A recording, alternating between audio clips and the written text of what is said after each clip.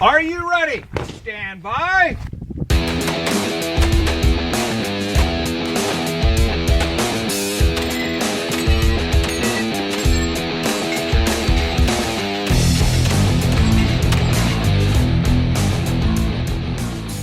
Welcome to the Three Gun Show, episode 106. I'm your host, Dave Hartman, and my guest this week is Josh Tarrant. Josh and I are going to be talking about off-season dry fire training, a new player in the three-gun shotgun market, and how to be a better value as a sponsor shooter to your sponsors. But before we get into the interview, I want to thank you for downloading and listening to the show. The Three Gun Show is a weekly podcast dedicated to the fastest-growing shooting sport, three-gun. Each week, I bring you an exciting new episode featuring one of the many awesome personalities in three-gun, and we talk about training, gear, match strategy, funny stories, and just generally have a great time. If you like the show, there are multiple ways of supporting the podcast, including using our affiliate links when you shop at Brownells, Amazon, Cabela's, and Optics Planet. Just go to threegunshow.com/support for the links. I also want to let you know that you can get your copy of the Three Gun Show match checklist free by going to threegunshow.com/checklist. Enter your email and you will receive a free PDF download that includes everything that Jansen Jones takes with him when he travels for a match, as he told us in episode 30 of the podcast. I created this checklist for myself and it helped me pack for my latest match, which was hard as hell, so let it help you too. And now please enjoy this interview with Josh Tarrant. Josh, welcome to the show. Hey, Dave. Thanks for having me. Really appreciate it. Happy to be on the show. Well, I'm excited to have you here, Josh. You and I have run into each other a lot this year at Rock Castle, the Three Gun Nations Eastern Regional, and then just recently at Hard as Hell. So we've gotten a chance to get to know each other here, and I've seen a lot of stuff coming from you off-season practice. So I'm assuming that you are located in a snowy, cold place. I am. I'm currently up in Northeast Ohio, just outside of Cleveland. Yeah, and you guys are getting dumped on with snow right now. It's freezing cold. Can't make it to the range. Yeah, it's a little painful to go to the range right now, and just got to figure out what you can do in the house, and then what days you can bear it to go outside and deal with the elements. Well, so Josh, you actually had a pretty good showing at Hard as Hell, and I watched a lot of your videos, and you took up a lot of positions that I didn't think of when you were hitting those long range shots. And I was looking at them later, and I'm like, dang, those look like way more stable than what I chose to do.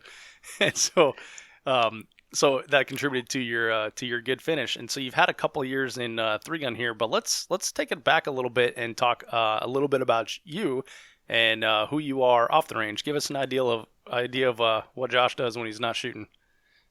Sure. So first and foremost, I'm a father of two kids. I've got a daughter and a son, 5 and 7 years old. And obviously I'm married to my wife, Amanda. We live here in just outside of Cleveland. And professionally, I'm a engineer by education. I actually manage large groups of engineering teams for a medical device company. So that's when I'm not at the range and not spending time with my family. I'm here busy at work, helping my teams be successful. So what kind of medical devices do you guys do? So we're in the large capital OR equipment. Think about the OR lighting, the surgical tables, the boom systems that come down and deliver electricity, medical grade gases, et cetera. All that stuff that kind of hangs from the ceiling or sits on the floor in an OR. We develop a lot of that equipment. Oh, interesting. That's not the first thing that came to mind when I think of like medical devices. I think of like hearing aids and maybe prosthetics and stuff like that. That's large scale medical devices you got there. Yeah, we're pretty tied into the infrastructure of the hospitals because a lot of what we do kind of mounts directly to the building and tied into their ceiling system. So we're kind of equal parts architect and building codes as well as all the medical requirements from the FDA and things like that. So, okay, Josh, there is a large amount of engineers in three gun as far as I can tell. So what do you think it is? What do you think it is that draws? A disproportional amount. Yeah, it absolutely is disproportional amount. If I go back and check all my guests, and it's going to be probably Leo followed by engineer. So What do you think it is that draws guys like you to competition shooting? Uh, I think part of it's just the gear. I mean, I think engineers by nature, and I am not the world's foremost engineer. I'm on the management side of things for a reason, because I was probably too dumb to be an engineer. But It's like, oh, thank God I'm a manager now. Yeah, God, I could tell smarter people what to do because I'm too stupid to do it myself. um, but I think it's just the gadgets. I think it's the technical side of things. I mean, there's a lot of mechanics, a lot of physics going on across the board with all of our gear, and engineers, like to tinker, and I just think they're just drawn to the sport. Yeah, I'll buy that. Makes sense to me. So is that what drew you into the sport? So my beginning into firearms in general started at a really young age. My family, I grew up hunting and fishing, big outdoors family. Like a lot of people, a lot of your guests, I feel like they kind of either didn't touch a gun until they discovered the sport, or they've been shooting their whole life and they kind of segued into this. But I grew up, bolt action rifles, didn't touch a pistol till I was older, lots and lots and lots of shotgunning. We were big upland hunting family. My dad was in the military, so we moved around quite a bit. North Dakota was like our favorite spot because we pheasant hunted, Hungarian partridge, duck hunt, goose hunting. So I had a lot of wing shooting under my belt. But I didn't really pick up a gun for competition purposes until 2014. Really is when I kind of shot my first match. Wow, yeah, that was just a couple years ago. Yeah, so we had an executive at where I used to work back in Southwest Michigan in Kalamazoo, who was a 30-year IPSC USPSA shooter. So he got me and a buddy of mine, Keith Banke, who's actually my teammate now, to come out and shoot an IDPA match. We both had, pistols that would work. So we kind of showed up and we shot one IDPA match. And then he's like, hey, check out USPSA if you like IDPA. And we shot a USPSA match, and we were hooked. So right away, we're trying to figure, okay, where do we go from here? And we stumbled across some video footage of 3-gun. And I think that was probably May of 2014. And I think by July or August, we were pretty much outfitted to start shooting local matches, and jumped right into some local matches right there in Southwest Michigan. You guys heard Zach Weaver talk about shooting over at Bork. We shot down at Bork, shot up just north of Kalamazoo at South Kent Sportsman's Club, and just kind of jumped into the local stuff. And I had a similar experience to Zach, where shooting at these smaller clubs that weren't really developed and there wasn't a massive 3-gun talent set. I think I actually won I think the first 5 matches I shot. So I walked away from my first introduction to 3-gun. I was like, man, I'm pretty good at this. And I'm a natural. And then I traveled to where there was real 3-gunners, and I got my ass absolutely handed to me, which was over to Livingston Gun Club, which is frequented by Matt Kupka, Nick Molina, Rick Birdsall, John Spreitzer, Chip Montgomery. Guys have been doing it at a high level for quite a while. And I started to realize what 3-gun was. And right away, I don't think I attended a local match with those other 2 clubs after I went to LGC for the first time, because the level of competition was just so great. I didn't want to go there anymore. I wanted to go where the good guys were. I had a similar experience with my first start. Was at a very, very small club where there'd be 6 or 8 dudes that come out. And once I found Weld County Fish and Wildlife, which is where I shot the bulk of my local matches in Colorado, it was the same thing. I was like, dude, these guys are like rock star shooters, and they want to get better, and they're going to drag me kicking and screaming with them. Yep, exactly. So go to where the good people are. Don't go to a place just because you win, because you just won't get any better. Yeah. But your ego might feel good. That'll be nice. Yeah, I'd rather be a small fish in a big pond than a big fish in a small pond, personally. It's true. That's very true. Because at least then you're growing, and you've got some place to grow and go to get better. Yeah, that seems to be like a common theme that we hear from a lot of people. But man, it seems like you just jumped in like both feet right away, and you're shooting multiple matches a month and everything. Yeah, so 2014, I shot my first major. I got into Keith and I got into FNH on. We got waitlisted, waited right down to the minute, got an invite like a week before. We jumped in the car and right down and shot our first major match. And that was like light your hair on fire and just learning, drinking through a fire hose, but had so much fun.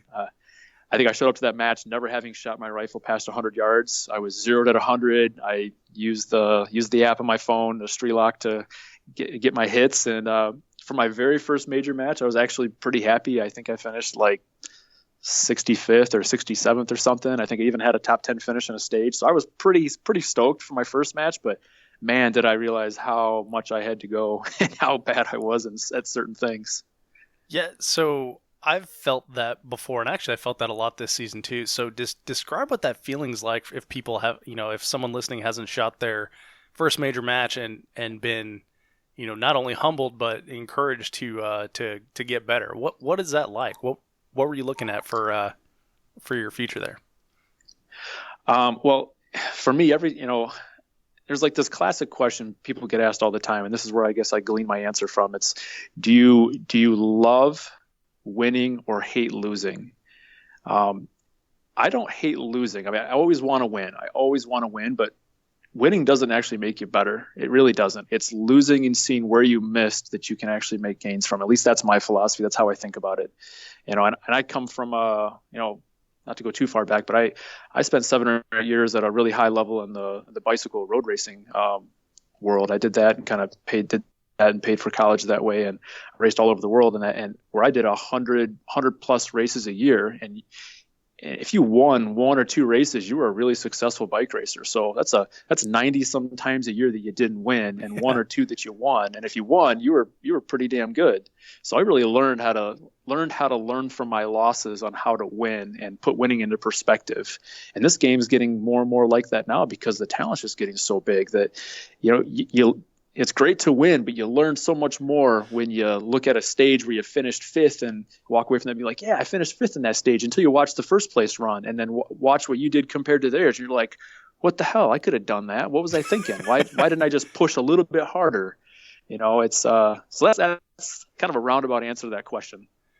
Dude, I'm glad you took that roundabout way to get there, because I'm going to ask you a little bit more about that. So you biked at a high level and biked your way through college. That's pretty amazing. So what did you learn from those losses in biking that maybe taught you something about how to shoot 3-gun?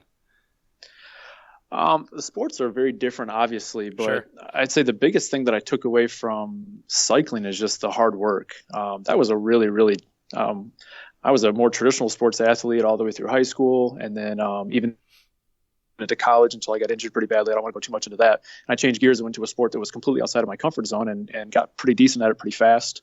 But it all came down to hard work. And so I look at 3-gun kind of the same way, which kind of segues into the dry fire stuff, I guess, for the topic of our discussion today, is just that, the hard work is what matters. Talent will always take a backseat to the guy who works harder.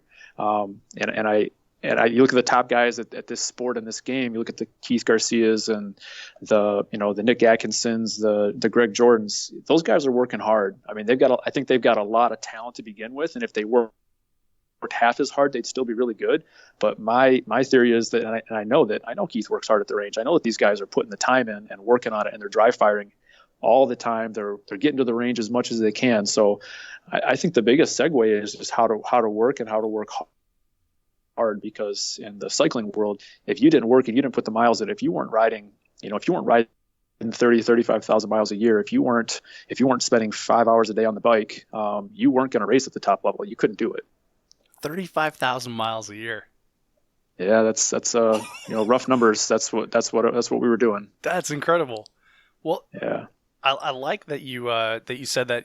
I've for a long time been I guess like growing up and stuff, I've kind of viewed people that were talented, people that were good at something were naturally good at it, right? It's like, oh, he's just, he can catch stuff flying through the air and that's why he's a wide receiver, things like that. Yeah. But as I've gotten to be, an adult, and especially doing the 3-gun show here, I've realized, like, no, it's just absolute hard work that gets you to that point. So it's cool that you can take that knowledge from one sport that you excelled in and then put it into a new passion sport. Yeah, and I think if you look at, I think Andy Peterson's talked about the book from Lanny Basham, I don't know how to say his last name, With Winning in Mind. Mm-hmm. I think it details that very clearly, that I think oftentimes an immense amount of talent is a detractor from people's success because they think they don't have to work hard. You get that key combination of both innate talent and a driving willingness to work really hard toward a goal, and that's where you get the Michael Jordans, the Lance Armstrong, doping aside, all those others, the greats. Think about the greats, the Michael Phelps. It's supreme talent and a willingness to do what it takes to win. Those are your greats. Those are the best people ever. Jerry Michalik, in our sport. I mean, I think Jerry's a really talented guy, but then you hear him say it over and over again. To be the best, you're the first one on the range and you're the last one off the range. It's the time spent every day. And I'm not there. I've never truly been great at anything in my life, so I'm always working at it. But I enjoy the pursuit. For me, it's not about the end; it's about the journey and just kind of continuing to push yourself and try to be better and see how you stack up against your peers. I mean, to me, that's the fun part of it. Yeah, you make a good point there, and when you bring up Jerry, when he was on the show, he actually said that he had no natural talent, and so he just had to work harder than everyone, and that actually blew my mind. This is a guy I watched on television in the 90s, right? And so I just assumed that he had always been like that.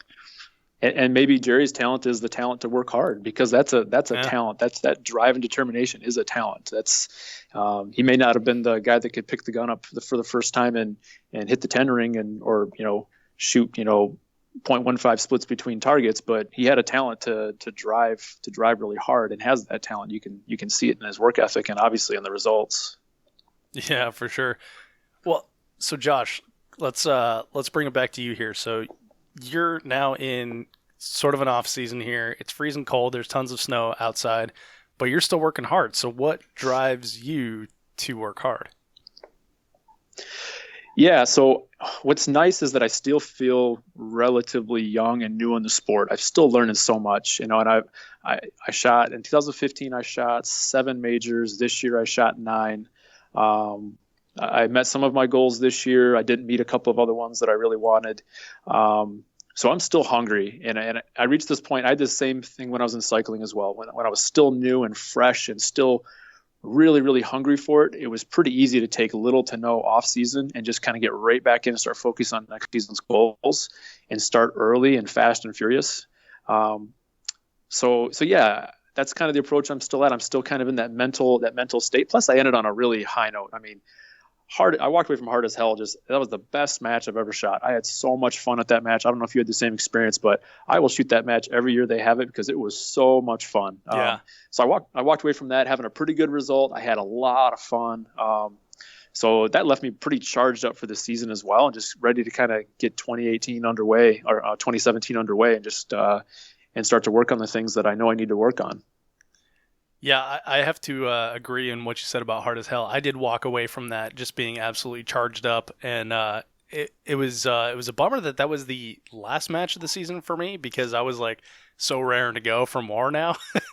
But it's a great way to cap that end of the year. And actually, of the of the matches that I've traveled for, that was the best that I've done all year. And I did a little bit better at one in Colorado Springs, but that was only an hour from home. So of the matches that I traveled all over the United States for, that was the best I did. But I think a lot of it has to do with what you're talking about, is I just let that fun happen and treated it like a good time. Yeah, I learned something about myself too, and this is more the mental side of things. I went into that match with 0 expectations. I had not shot, I think there's probably three matches a year kind of on the big calendar that are considered like higher physicality matches. I think Blue Ridge, Ironman, this one, Hard as Hell. So I hadn't shot one of those yet. This would be my first one that would be considered kind of a high physicality match. So I really didn't know what to expect. So I came into it with no expectations whatsoever. When I show up to a regional and I get an idea of who's going to be there, I've got a pretty good expectation of myself and what I'm going to do. I know that if I shoot my game, I can shoot my way into a top 15, maybe a top 10 finish, depending on who's there, depending on how well I do. But going into this, I had no idea what to expect. So with that pressure off of me a little bit, I just let myself have fun, and I totally bombed some stages. I think I walked away from that match with like, I think there were 14 or 12 or 14 things I did on the clock that I've never even done before. So there was a lot of learning on the clock, which is not the time you really want to learn how to do certain things. Yeah, so yeah. I bombed some stages really bad, and then had some others that were pretty decent. Yeah, I did that too. I guess slug spinner would be a first thing, and then Yep. going down a tube. Yeah. Which, by the way, Yeah. if you haven't seen it, there's a great video of Josh trying to get down this tube. We had Thanks for bringing that up. Yeah, I didn't even plan on it. It just came to mind because it's one of my favorite things in the world. But so we shot from these trenches where you're kind of leaning on your elbows on these railroad ties, and you're shooting some rifle targets across a bay, and you have to jump across 4 of these trenches. Once you're done, you abandon your rifle, and then you low crawl under some wire that's hung up. And thankfully, it wasn't barbed wire because that stuff was super low. But meanwhile, your extra rifle mag, all your pistol mags, your pistol, anything on your back is catching on this stuff. And luckily, your squad mates can help unsnag you, unless you're like Josh and you get caught on the very last wire as you're going down the big tube that you had to slide down face first. And Josh is a tall dude, for those of you who don't know, and he had, what do you say, like 3/4 of you that was in that barrel, and it was all hanging up on one magazine? My feet were dangling out the top side of the tube, and my magazine was caught on the last piece of wire, and I was suspended in the tube, and I couldn't get myself free. So all you see is my feet just dangling on the camera until I think Jay Carrillo was taking the video for me, and he comes running back around, and my squad mates were awesome. They just like descended upon me. They're trying to pull me out of the tube. They finally released the TMMS clip on my pistol mag. I go tumbling down. I stand up. My gun belt just falls off and hits the ground. I've got no shotgun shells. Everything's laying on the ground. People are handing me shotgun shells in the wrong orientation. Thank you, Brian Ray. The non-quad loader hands me the shotgun shells, and I pull them out, and they're backwards. I literally just throw them on the ground.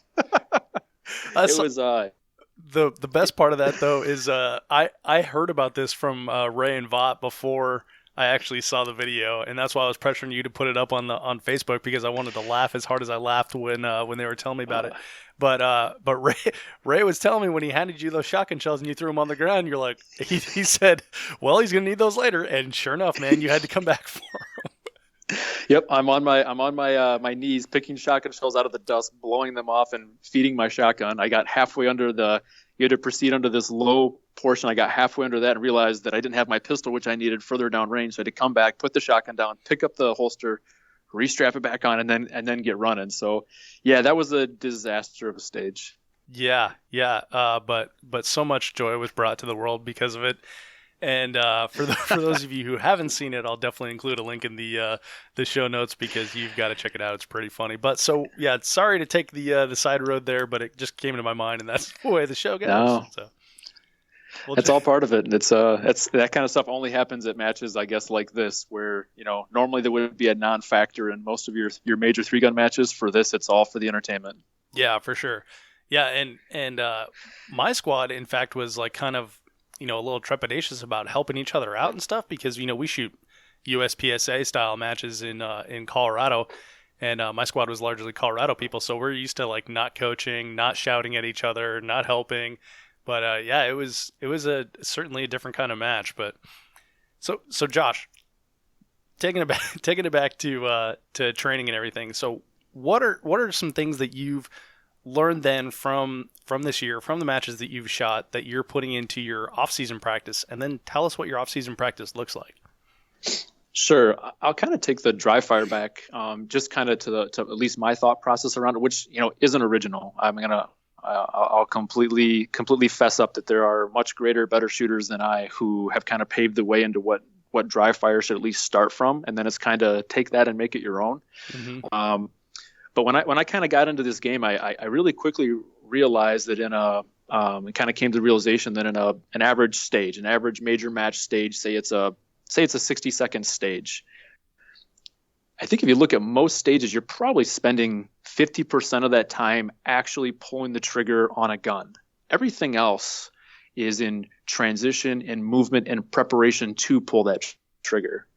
And so even if you never got better at the actual accuracy target, acquiring a target and breaking the shot portion of it, there's, call it 50 to 30% of the time that you can really, really improve on that. And that to me was all the muscle memory stuff. That's the gun transition. That's the loading. That's all these things that I think you can really master on the dry fire side of things. So all the gun manipulation stuff is where, and I learned all of that, not at the range. When I go to the range, I want to work on the accuracy stuff and verifying what I learned in the dry fire. But I wanted to take all of these things that really I don't want to be thinking about in a stage. I want them to become muscle memory. I want to move them from the conscious to the subconscious, to kind of use some of the phrases out of Lanny Basham's book. So I really focus on that in my dry fire. That's really what a lot of it is building a skill set to where it feels really, really good. Your draws, your magazine changes, your gun transitions. I don't think about putting safeties on. I don't think about the mechanics of doing a pistol reload or what it's like to do a shotgun reload while running, because I do all of that in the dry fire. So that's kind of that was the goal. That was when I first kind of started getting serious about off-season work. It was, how do I take all those things that I was previously thinking about, every one of them? I was having to program in all of these things that I watch. Watch the great guys shoot a match. Do you even see Daniel Horner put a safety on in a shotgun? No, it happens. It happens instinctively. Do you see Keith, mentally pause when he's going from a transition from one gun to the next, or how is he going to pick up a gun off of a table, right? He's practiced all those positions. So I really wanted to get to the point where I wasn't going to do anything in a match that I hadn't previously done in practice. And because my live fire time is so limited, I really wanted to focus on doing that in my basement, where I've got a lot more time at night. The kids are in bed, wife's upstairs doing whatever she's doing. I'm in the basement just making all kinds of noise with beepers and clackety clack and shells flying everywhere and cursing and stuff. So it's where I could spend a significant amount of time. It's free, and I can do it every single day for the most part. That's perfect argument for dry fire right there.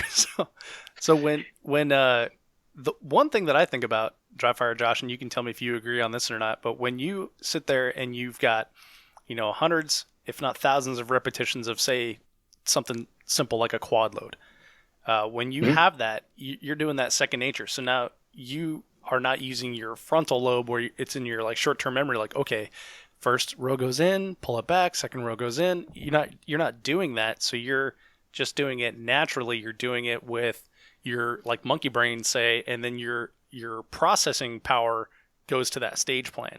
And so it allows you to execute what you're actually trying to execute. So in the match, when I'm programming in a stage into my mind, all I'm thinking about is where I'm going to do the quad load, and how many quad loads I'm going to do. But I'm not thinking about how to do the quad load. I'm not thinking about, I'm going to do this one while I'm running, so I need to make sure that I tuck the shotgun extra tight and that I hold it at this right angle. I've figured all that stuff out in my basement, and then I've verified it at the range under live fire conditions. But I'm not learning it, and I'm not thinking about it again on the clock. I'm really trying to push that stuff to the subconscious, to the muscle memory portion, and I'm thinking about the targets. I'm thinking about my acquisition order. I'm thinking about the next steps that I'm taking as I'm moving through a stage. That's my, at least how I think about it and my philosophy behind it.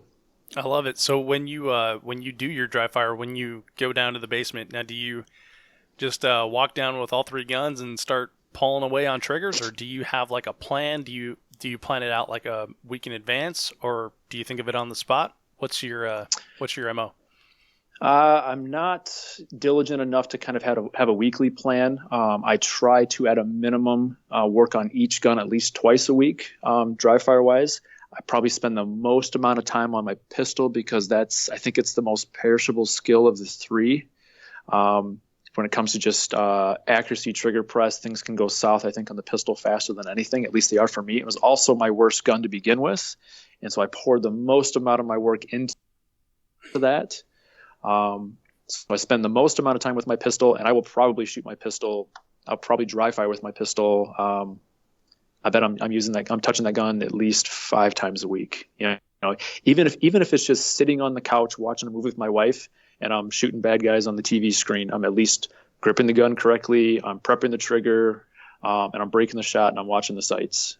Even that, while it's not ideal, I still got to spend some time with my wife, and even though I'm annoying the crap out of her while I'm doing this, I'm still doing something. So at a minimum, I'm doing that constantly, which she loves. She absolutely, you can ask her, she'll tell you she loves it. Well, and then you can practice like strong hand only while you're holding your wife's hand. And Yeah, everybody wins. Or more likely, if my hand's in a bowl of popcorn. So you said 5 days a week you're touching your pistol. What does your training regimen look like as far as like frequency? Yeah, so I really try to do something every day, even if it's just for 10 minutes. Even if it's a tight scheduled night, we got, my kids are 5 and 7, so sometimes we got activities, or I travel a fair amount for work too. So oftentimes if I'm away from the office, on a flight for work, wherever, I'm in Europe a lot, I'm on the West Coast a lot. I'll sometimes have to go 4 or 5 days without anything, which usually drives me crazy. And I can often be found in my hotel room by myself, ghost running stages with imaginary weapons in my hotel room like an idiot. So nice. while I'm not actually touching a gun, my mind is still there and I'm still thinking about stuff. But so when I am home, I try to, even if it's just 10 minutes a day, I think it's a pretty simple and easy sacrifice. When I compare that to what I used to do from a cycling perspective, man, I can maintain and grow at a better rate, per hour, per minute, per time than I ever was able to do in the cycling world. So at 10 to 15 minutes a day to maintain and even grow, that's a bargain to me. And I'm more than willing to make that sacrifice to continue to get a little bit better. Huh. Wow. Yeah, that's a good point. Everyone should be ashamed for not dry firing now. It's interesting too. You may have caught like the advertisements on Facebook for the Shooters Summit. I think it was called the Shooters Summit. Yeah. There was like this. They had a bunch of keynote speakers come in, and I watched a handful of them. I watched Ben Stogers, Keith Garcia, Benny Cooley. I think I caught Avery. What's his first name? Ron Avery. I caught Ron Avery's session. So every one of those guys talked about dry fire. It was interesting that they even had a guy whose session I didn't catch who became a GM in a year almost solely on dry fire. I mean, so I think it's powerful if done correctly. I know that I'm not doing it the right way. I could probably be more regimented. I did buy Ben Stoger. I did buy his book, his Dry Fire Principles book, and I do follow that. I love the breakdown. If you guys haven't looked at his book before, it's on Amazon for like $20. It's worth it. It takes it's focused on pistol, but you can use it for any one of the guns. Just apply the principles, make up your own par times. But for the pistol specifically, if you haven't seen it before, anyone who's kind of listening, it takes any motion. Say it's reloading your pistol. Draw your pistol, break a shot, reload, break a shot. He'll take that one sequence and he'll give you a par-time goal. Then he'll do, I think they're called micro drills, or so he'll take that and break that into segments. He'll take that one act of draw, shot, reload, shot, and he'll break that into 4 or 5 micro drills. And you'll master the small portions of it. So it's buzzer, grip the pistol in 0.2 seconds. It's from your hand on the pistol, come up to a sight acquisition, 0.3 seconds. And he'll have all these miniature goals along the way. You master the small elements of it, and then you put them all together after you've mastered the different elements of it. So the breakdown of it, I think, makes a lot of sense, and it's kind of cool. And you learn how these smaller pieces stack up to the greater goal and where those inefficiencies are in these smaller portions. So the same thing works for quad loading. The same thing works for rifle reloading, picking up a rifle off the table. I mean, pick something and then break it down into a couple of small elements and then challenge yourself. Say I'm going to stand on my hands on my side with my rifle sitting on a table. From the buzzer going off, I want to have both hands on the gun in 0.1 seconds. Just pick a goal and start working toward that goal. Watch Keith Garcia pick a rifle up off the table and break a shot at 50 yards on an offhand array. I mean, he's blazing fast. Tell me Keith hasn't practiced that 1,000 times. Yeah.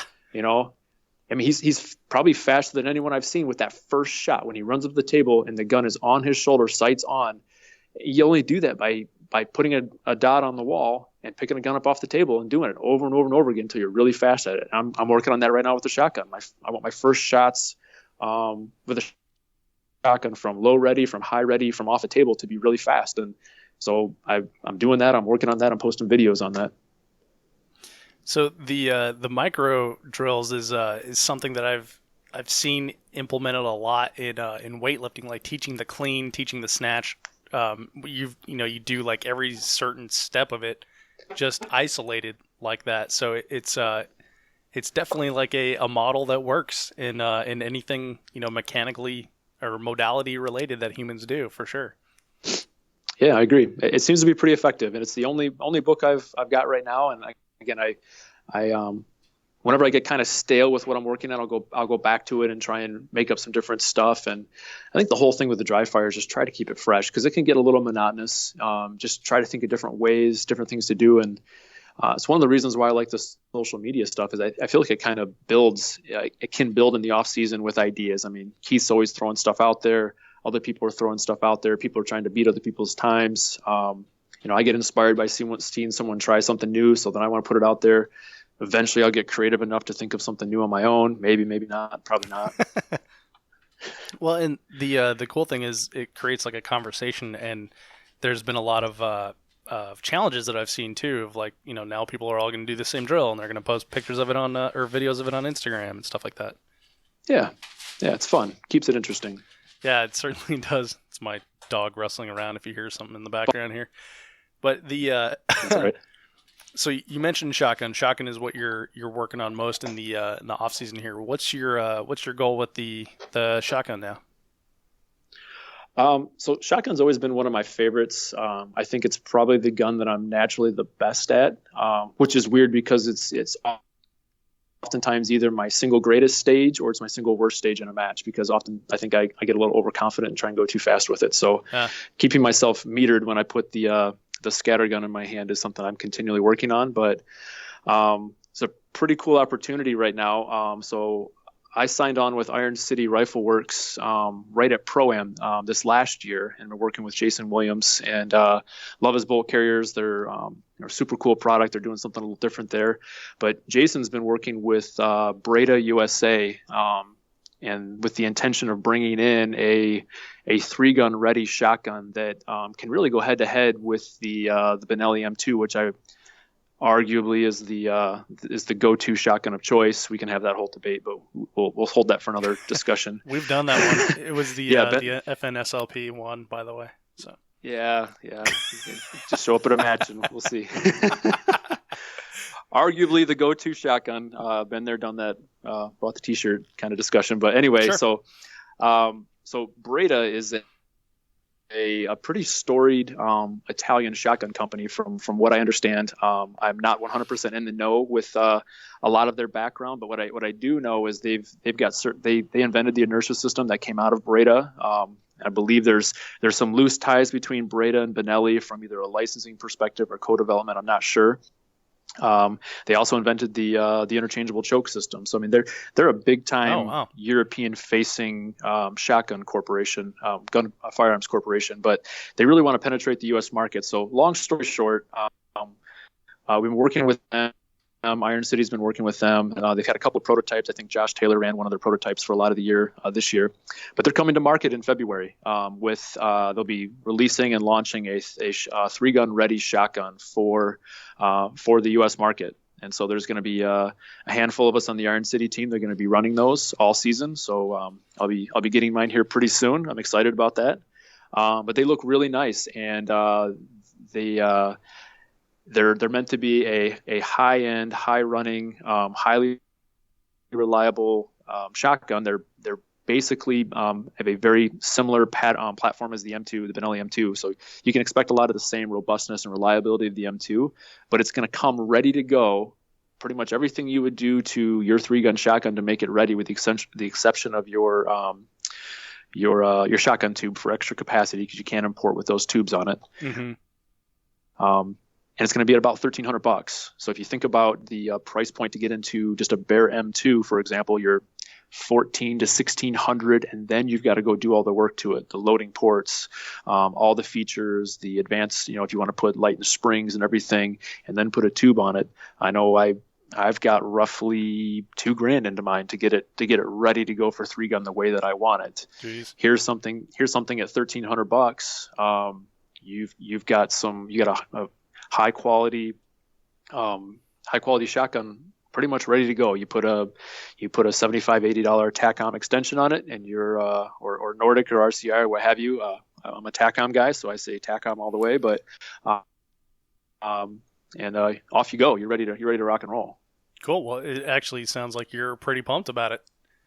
Yeah, it's an exciting opportunity. I'm excited to see how it does. I think it's gonna make some waves. I think it hits that right price point as well. I think Stoeger's had a great play with what they've done. They kind of hit that lower market price. You still got to spend quite a bit of money and work to kind of get it ready. And then you got the high end on the Benelli. So I think this falls right in that sweet spot from a price perspective. But everything that I've seen in the prototype that I've shot, and then everything I've seen of the production one coming down the line, I don't think we're sacrificing anything on quality here. So I think it's a real bargain. That's pretty cool. So then, how do you plan to integrate that shotgun into your game then? Because anytime you switch guns, you got to get used to something new. There's all that neural synapses you have to reprogram and stuff like that. I didn't want to say muscle memory, but there's all the things that you know about your Benelli that you now have to change for a new shotgun. So what are you going to do when that shotgun comes? Well, neural synapses was a heck of a word to throw in there, so kudos to you for that. Thanks. Yeah, so you're right. Anytime you integrate something different in, it takes a little bit of work. First of all, I need to get one in my hands and kind of see. First and foremost is kind of going to be the quad loading. How does the port feel compared to the one that I'm used to? Is there any differences? Things I need to adapt to. Also, kind of seeing how it patterns with slugs. I know that Breda is known for their handmade barrels, and they're supposed to shoot just like laser beams. So that's part of their big reputation, from what I understand, is hand built barrels. Huh. So my expectations are it's going to shoot slugs really well. The Benelli shoots them like lasers and does a really good job. So I'm expecting the same out of this. But a lot of it be kind of assess and see what's different. And again, not to go back to the bike racing thing, but when you get a ton of reps on something, you start to note and become very comfortable. You start to notice the slightest of changes, and they can be a little challenging. So we'll just have to see how it goes. But I'm confident what I've seen so far that it'll be a great shotgun for me this year. Cool. The changes you were talking about, slight changes. A lot of people will go from like a plastic pistol to a 2011 and end up having some growing pains on that.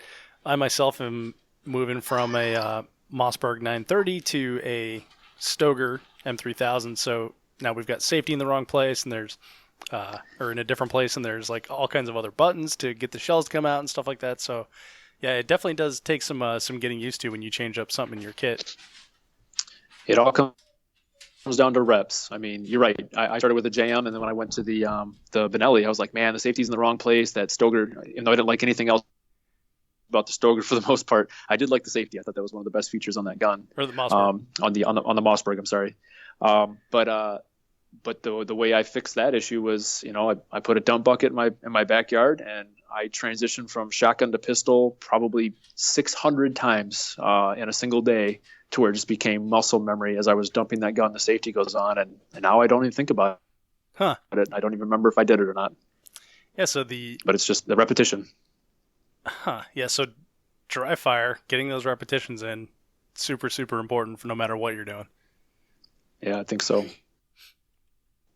So, Josh, you're shooting for Breda, is that right? Breda. You're shooting for Breda now, and Iron City and TACOM. So these relationships that you've created, it seems like they're growing and expanding as the years go on. Yeah. I really enjoy the promotion part of stuff, part of the game. I think being a sponsored shooter, there's a lot more responsibility there than I think new shooters really realize, and you put a lot of time into it. And I don't want to say that you don't get anything out of it, because obviously you do. But there's a lot that comes along with that. There's a lot of responsibility. There's expectations. There's the good and the bad that come along with it. But I really enjoy it. I like the promotion of good products, and I have only ever accepted sponsorship and accepted agreements with product that I've gotten to try first, believe in it. Oftentimes I've gotten sponsored by companies after I've pretty much gotten all the gear myself and paid for it. But I like they saw that in me. I saw that in them. I like their product, and let's see if we can do more here. So I like that part of it. I think it's exciting to help people step into the game, create a pathway for them, use some of your relationships to help some people out. Something else I've done is I've kind of stepped into sponsorship. I've taken products off my guns, put them in a box somewhere, and I'm running new product on my guns. And then when I meet someone along the way that's trying to get into the sport, maybe they're struggling with kind of where to begin or a little flex for funds, that's a huge opportunity for me to just give stuff away. Just here's you're running an old Delta ring, on your AR-15. Here's a Sequence Precision free float handguard that I won. It's a 13-inch that I'm probably never going to use. Don't really want to sell it. Here you go. You can use that. Take it and go. My old Nordic extension that I purchased when I first got into the game, when I signed on with TACOM, Tim sent me his awesome new extension that he came out with last year, his Extreme extension, and I gave the TACOM one to a guy who was looking to get started. So that part of it and the giving back is one of the things I like the most about the sponsorship side. And then also being able to influence what matches they sponsor and pushing some of my sponsors to check out the local stuff, like the Michigan State Championship match that Matt Kupka and Nick Molina put on. I love going to my sponsors saying, here's a great match. It's got huge attendance. It's a really great event. It's really built around getting participation. They do a random draw prize table. So reaching out to my sponsors to support the events that I really care about is also something I really enjoy on the promotional and sponsorship side of things. So how do you create that type of give-take relationship? Is that something that you did in cycling as well? It wasn't. Sponsorship was a little bit different in cycling because it was done at the team level and was pretty much managed by the people who manage the teams. Okay. So it's one thing I found a little odd. I think with the exception of maybe Bushmaster, and they might even be a little bit different, there almost isn't a team that is running everything all the same, all with the same sponsors. So it's funny when I show up to a match, I'm like, oh, you're like Jason Carrillo, for example. He and I shot Hard as Hell together. We share two sponsors together. So we're teammates for Hyperfire and for TACOM, for example. Mm-hmm. But he shoots for Trijicon, I shoot for Vortex. He's got Armalite, I shoot for Rev Arms. So it's weird that all these cross entanglement of quote unquote teammates that exist out there. It's interesting, but I kind of would like to see a true team environment where you got a group of 4 or 5 guys that literally shoot all the same gear because that's a sponsorship. To me, I like that team side of things, even though it's definitely not a team sport unless it's obviously a team match. Yeah, that's a good point that you bring up there. Like even Ray and Vought, they're Team Samson. They shoot different pistols, I believe. And, the Team Benelli, they all shoot different rifles, I think they all shoot the same pistol. I think they're all shooting Hayes pistols. But yeah, it's a good point. Now that I think about it, like there's not probably the closest one, Josh, that I can think of is Rob and Jansen of Nerd. And they are Nerd, but I believe most of their other stuff crosses over. Huh, that's a good point. So it's interesting as a Vortex shooter, for example. I mean, I've got teammates who I've not even met before, and guys who fly the Vortex flag that I don't know who they are, didn't know they were quote unquote teammates. So it's interesting how cycling does how shooting does the sponsorship promotion piece differently than some of the other sports do. Yeah. So other than adding in teams that actually are 100% teams and they shoot all the same gear, is there anything else that you can see that could possibly improve the sponsoree, whatever it is, relationship? Ultimately, I think that with the wild success of 3-gun, and then how many and how many people that are out there shooting this game with a large portion of their time and their personal investment, I think we're going to start seeing some of the commercial side, some of the sponsors backing away. I think shooters are wanting more and more, and there's more and more of us. So I think what's going to differentiate those who will remain truly sponsored at a high level is going to be the value they bring. And it's really hard for a business, I think, to really calculate the ROI from giving someone a rifle.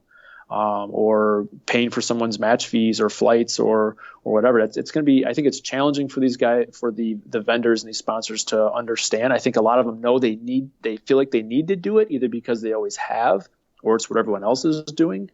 But I think that's going to become more and more pressed as the firearms market is fairly volatile. And so I think that's going to change a little bit. I think you're still going to see a bunch of people running around with jerseys and logos on them. But if you really take a step back, there aren't many guys out there that are getting a lot from their sponsors. I mean, as a handful of guys are making a living. Everyone else is offsetting some cost, and some are just running around with the jerseys on because they like the companies and they're free advertising, or a jersey spot for a part or something. So I see that getting more and more strained unless shooters can really show and prove back to their sponsors that they're selling product, that they're truly a good return on investment for those companies. So what do you think is maybe one or two things that we as shooters can do, or you as a sponsor shooter can do to provide more value? Well, I think, and we hear this all the time when you go to matches and stuff, and that's just reach out to those companies that have sponsored matches and thank them for the prizes on the table, thank them for supporting the sport. I think just to continue to see good prize tables, I think the companies, again, have got to understand, and then you've got to buy from the people that are sponsoring matches. You just have to, and you've got to, and when you put that order in, you need to tell them, I'm buying this from you because you sponsored this match. They've got to understand that, because there's no great way to track it. I don't think they can see it all the time. And as a sponsored shooter advocating for your company, I think they've got to see that you're actively selling product, that you're generating sales as a result of your stewardship of their company, and the way you promote it and how you work with people. I think those things are key. And I think probably the thing they care about the least is actually your match performance. I mean, I think they like it when you win. They want you to win. They want you to be a successful shooter. But I think there's a lot of guys out there that move and sell a lot of product and are good advocates for their sponsors that aren't necessarily winning matches and some of the top names. So there's a lot to be said for that as well. Yeah, I totally agree there. And from like just the regular guy perspective, I think letting companies know that you're purchasing from them because they sponsor matches, I think that goes a long way, or at least I hope that goes a long way. I always include that in the the special notes portion of it. I'm making this purchase because so and so told me about this product, or because you sponsored X match. I always try to make that part of it clear, so they, I don't know, part of me hopes that like maybe they're like, hey, it's working, or well, let's do it again next year or something like that. Yeah, there's I don't sit on the commercial side of things. I don't work for the firearms industry, but there's a certain amount of visibility they have to maintain to be relevant. But where's the line between visibility and giving away so much stuff that's not returning on a profit? And I think that's for each company to kind of decide where the line is, but it's definitely on the shooter's shoulders, I think, to understand how they can do that best for their organizations they represent. Yeah, it's interesting that you bring that up, Josh, about giving away stuff to stay relevant. It's got to be unique to this sort of industry, because you can't just go buy an ad on NBC or put something in Time magazine or whatever, and get a return for it as a firearms company, because or like the black sheep in the mainstream media sort of thing. Yeah, I think it's a little specific. It's a little bit different, but I'm sure you can get some maybe a future note for you and your show is kind of reaching out to some companies and kind of seeing what their thoughts are in the future. I mean, you ask this question all the time, kind of the future of 3-gun. And I think that's one of the things that we're going to, again, I haven't been in it that long. This is all just my opinion. There's far more versed individuals than myself that can speak to this. But I'd say in the 2.5 years that I've been going to matches, the prize tables are getting smaller. But the match volume, the number of matches is going through the roof. I mean, there's 23, 24 majors on the calendar. I mean, the number of firearms organizations hasn't increased, or at least the number that are willing to contribute to this game. So I think naturally it's going to get thinner if we're going to continue to run this large amount of matches every year. Yeah, and that's a good point. And the amount of matches is, I think, growing faster than the amount of shooters. And granted, both are growing pretty fast. But I walked up to Blue Ridge the day before the match and was able to get a spot because it wasn't completely sold out.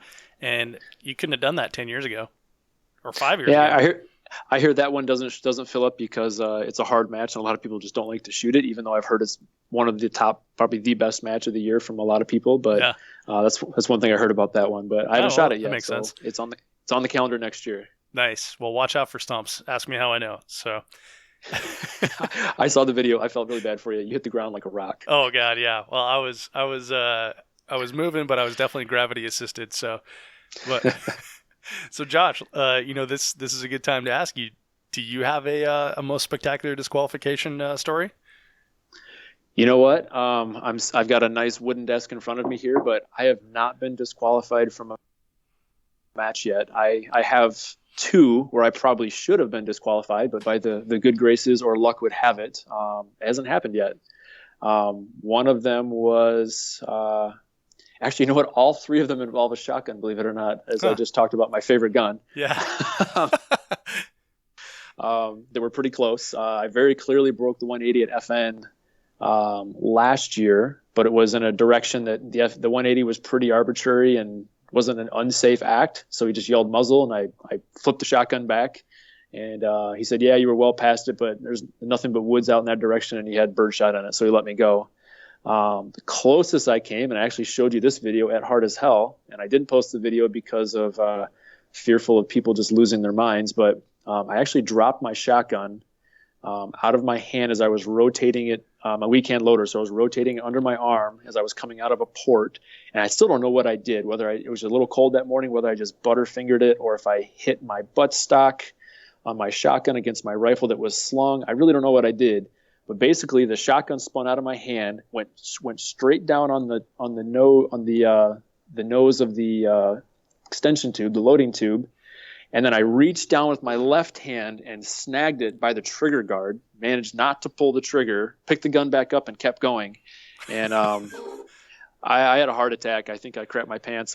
You could literally hear in the video everyone behind me going all at once. And Andy Horner was the RO, and he's like, you didn't point it at me, and it didn't go off, so you were fine afterwards. So I was like, thank you. I really did not want. That was my very first stage, 6 shots into the match.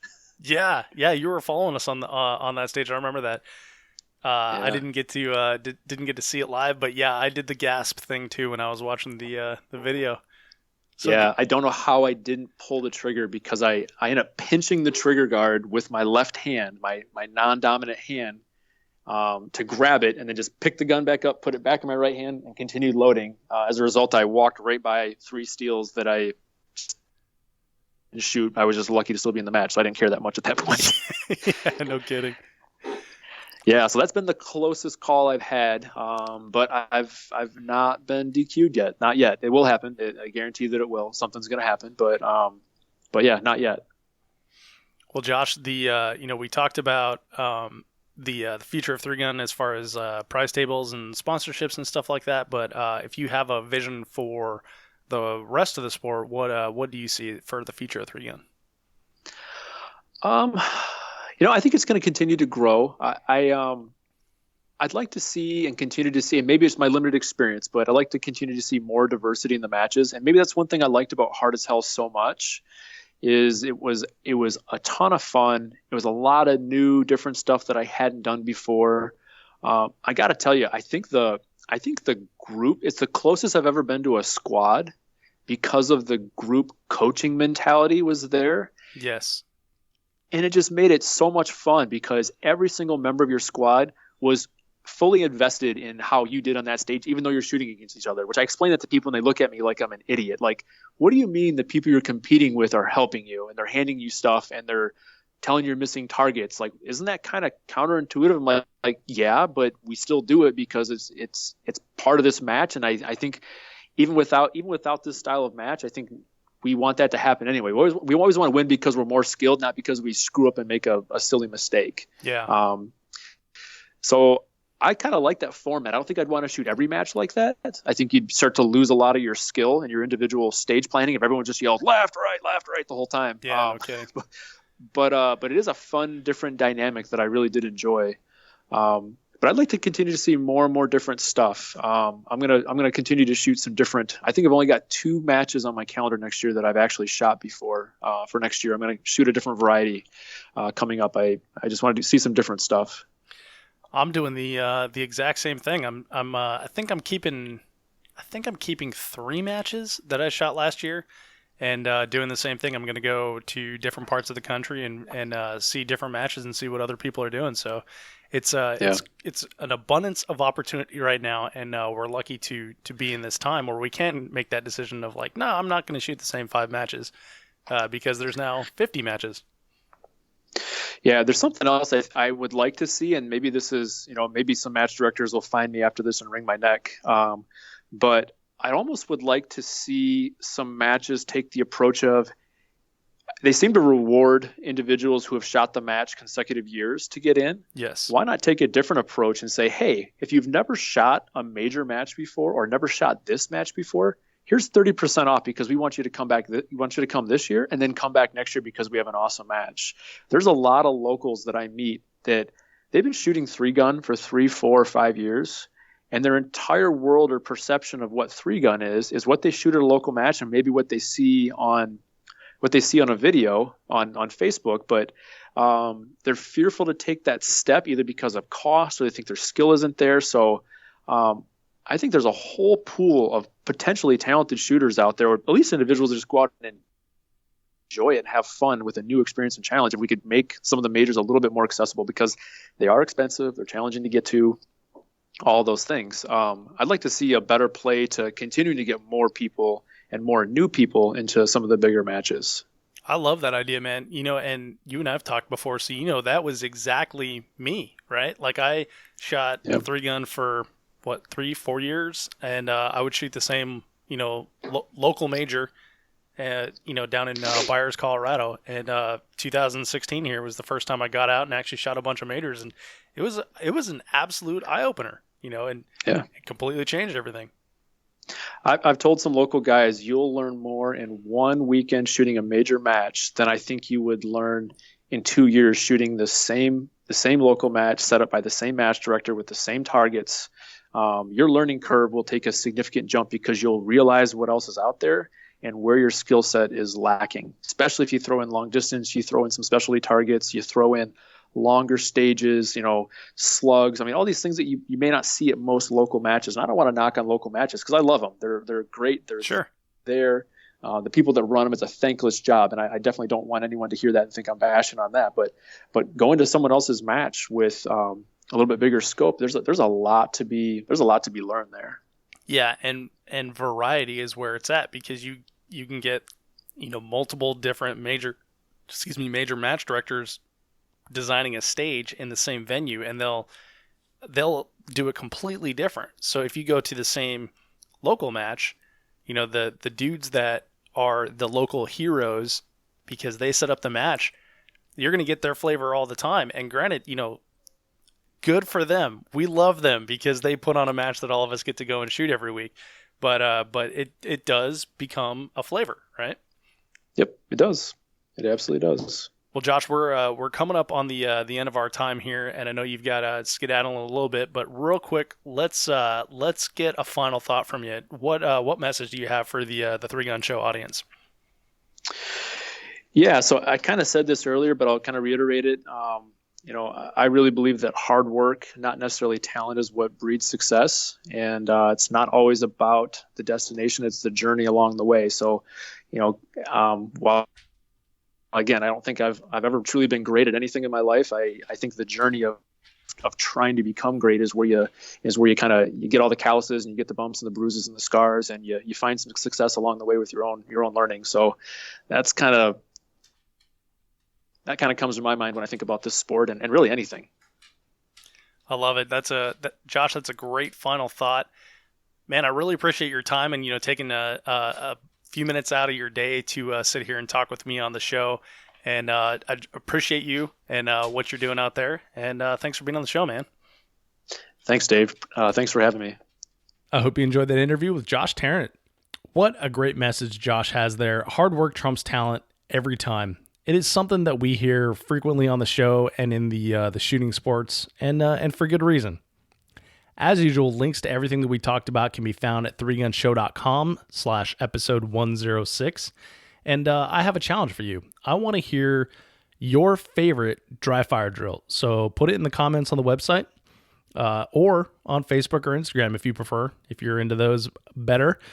I'm at 3Gun Show on both, so don't hold back. Share your drills with the community, and let's see if we can get a good dialogue going here. So while you're there at the website, leaving your comment, get your copy of the 3Gun Show match checklist at 3gunshow.com/checklist. Now, I have a couple reviews to read from iTunes. I read each review, and I'll definitely read yours on the show. There's 3 of them here because I'm trying to clear them out before the end of the year, which is just a couple days away. So first one is from Stretch 4679, and Stretch 4679 says, "Still loving it, 5 exclamation points and 5 stars. I have listened to the show from day one, and it never gets old. The first thing I do on Wednesdays is fire up iTunes and listen to the podcast. Only complaint is it's only weekly."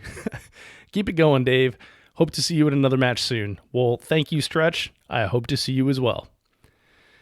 Next one, there is, this one's from Cool Dave 5200, and Cool Dave 5200 says, "There is much more to explore. 4 stars. Hey, 4 stars.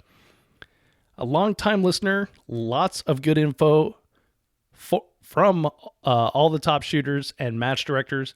Sorry, there's no punctuation here, so must have been done on a phone, I'm guessing. And match directors, the practice score team interview, the best one in a while. Would to see more from manufacturers, match directors, starting out interviews from other shooters, not just the top 10 ROs. The play-by-play does not work. I look forward to each week's show. Keep it fresh, and remember, we cannot see what you were talking about. Well, thanks, man. I appreciate that feedback. And if I didn't get all that, go ahead and email me, dave@3gunshow.com. But yeah, so thanks for the feedback there. Next one is from I'm Sob, IMSSAABB. I'm Sob says, "Thank you, Dave!" Exclamation point. 5 stars. This podcast is extremely informative about anything and everything 3Gun. Just listening to this podcast makes me want to shoot a match and join the community.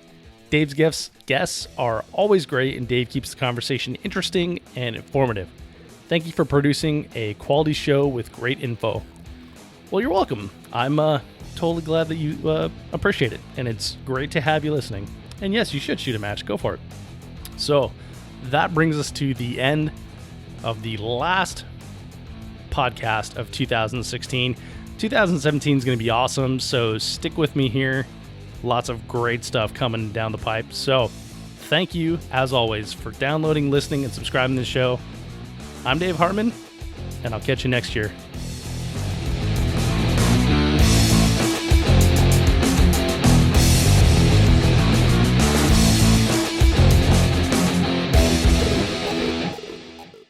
If you are finished, unload, show clear.